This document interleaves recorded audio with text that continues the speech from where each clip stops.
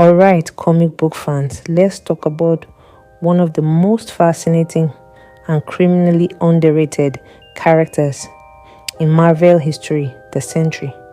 If you've ever wondered what it would be like if Superman had an existential crisis every other day, then Robert Reynolds is your guy. Created in 2000 by Paul Jenkins and Jay Lee, the Sentry was introduced as a superhero with the power of 1,000,000 exploding suns. Yes, that's a real thing. But here's the twist, he was completely erased from history, both in the Marvel universe and for the most part in real life too. So why did the Sentry never take off like Spider-Man, Iron Man, or even freaking Moon Knight? Buckle up, because this is the tragic tale of Marvel's most forgotten powerhouse. Picture this. A regular guy named Robert Reynolds drinks a serum intended to be an upgraded version of Captain America's super soldier serum and suddenly becomes the most powerful hero the world has ever seen. The catch? His existence is so dangerous that he and Earth's smartest minds decide to wipe him from history. Talk about self-esteem issues. During his prime, the Sentry was a superhero of superheroes, fighting alongside the Avengers, Fantastic Four, and even the X-Men. He was Marvel's golden boy, their attempt at a Superman figure. But there was a problem. He wasn't just a hero. He was also his own worst enemy. Here's where things get crazy. Every time the Sentry did something heroic, an evil force called the Void would emerge and start wrecking everything in sight. Turns out the Void wasn't some separate villain. It was Robert's own dark side, a reflection of his mental struggles. Yeah, the Sentry wasn't just battling cosmic threats. He was fighting himself every step of the way. Realizing he was a walking disaster waiting to happen, Marvel's top brains, Doctor Strange, Reed Richards, and Professor X, did what they do best: erase problems from existence. The Sentry was wiped from everyone's memory, and just like that, the world moved on. Fast forward to 2005, and Brian Michael Bendis decides to reintroduce the Sentry in New Avengers. Great idea, right? Except now, Robert remembers everything. And guess what? That means the Void is back too. The Sentry is more powerful than ever, but also more unstable than ever.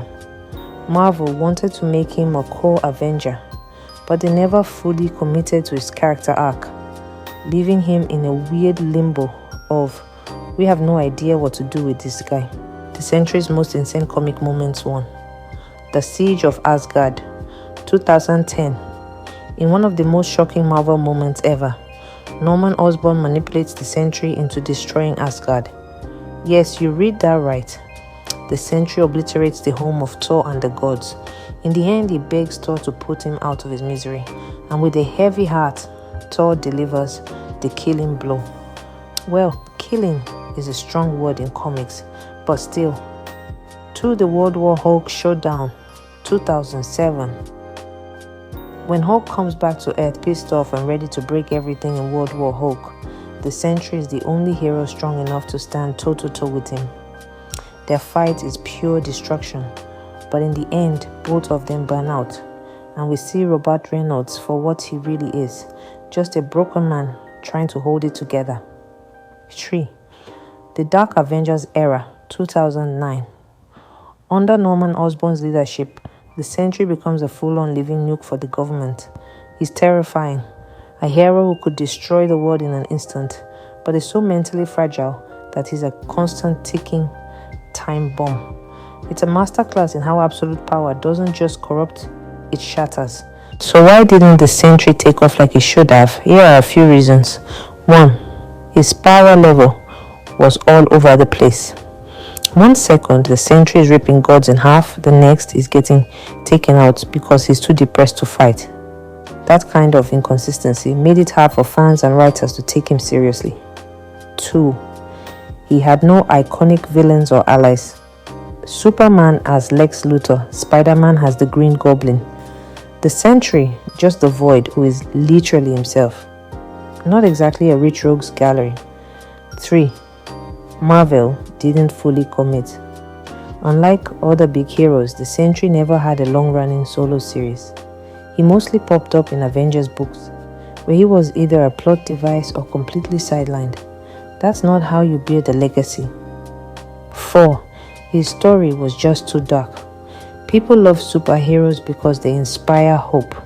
The Sentry is a walking existential crisis. While his psychological depth made him unique, it also made him a hard sell for mainstream fans who prefer their heroes a little less devastating.